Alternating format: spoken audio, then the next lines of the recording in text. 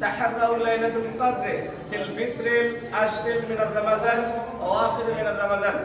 أما بعد সম্মানিত উপস্থিতি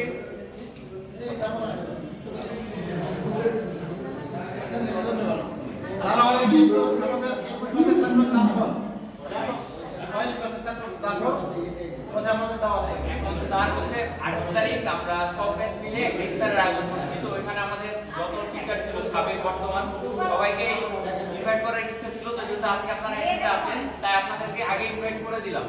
এরপরে যদি পার্সোনালি রিলিজ করা পসিবল হয় ইনশাআল্লাহ ওটা করব তো 28 তারিখ হচ্ছে আমরা সব ব্যাচ মিলে ইফতার করছি এখানে সকল স্যার ম্যাডাম সবাই আমন্ত্রিত সবাই সকলে আসলে আশা করছি যারা যারা থাকবেন আজকে ধন্যবাদ জানাবো অনেক ধন্যবাদ স্যার আসি তাহলে আসসালামু আলাইকুম ধন্যবাদ কথা বলছিলাম আপনাদের সামনে আমাদের ক্ষেত্রে লাইলাতুল কদর সূরা লাইলাতুল কদর থেকে কিছু অংশ তেলাওয়াত করেছি এবং লাইলাতুল কদর সংক্রান্ত একটি হাদিস উপস্থাপন করেছি আশা করছি সরল ভাষায় অনুবাদ করে আমি আমার বক্তব্য শেষ করতে ইনশাআল্লাহ আমরা রোজ দেখতে দেখতেই রমজানের শেষ দশকে উপনীত হয়েছি এবং শেষ দশকে বিশেষ কিছু আমল রয়েছে রাসূলুল্লাহ সাল্লাল্লাহু আলাইহি ওয়াসাল্লাম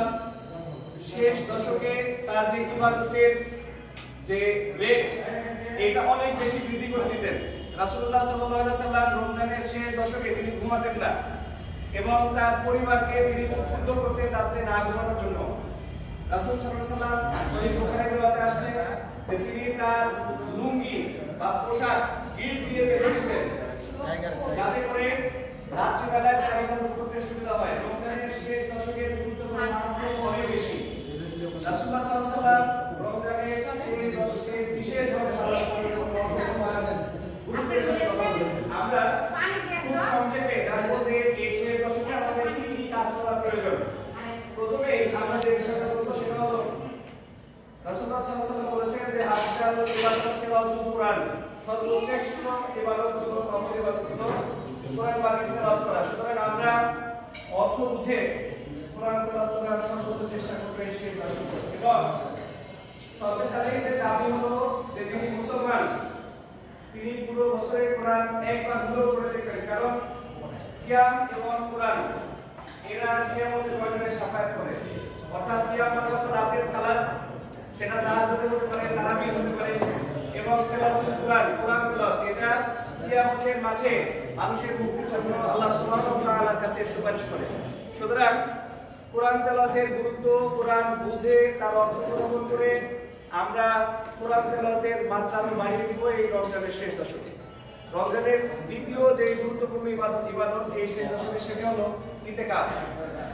ইতিকাফ একটা মহল্লার যদি একজন করে তাহলে ওই মহল্লার লোকজনের ইতিকাফ না করার কারণে যে অপরাধ সেটা হবে না তবে কেউ যদি না করেন তাহলে ওই মহল্লার সকলেই গুনাহগার হবে এটা একটা ফরজে পায় না ইতিকাফ রাসূলুল্লাহ সাল্লাল্লাহু আলাইহি ওয়াসাল্লাম দিয়েছেন ইতিকাফ করলে লাইলাতুল কদর পাওয়ার সম্ভাবনা সবচেয়ে বেশি হয়ে যায় আমরা লাইলাতুল কদরে পরে আসব তারপরে যে বিষয়টা নিয়ে কথা বলতে হলো সাদাকাতুল ফিতর আমরা বাংলাদেশে নির্ধারণ করে হলো মানে যেটা একেবারে কম সেটা দিয়ে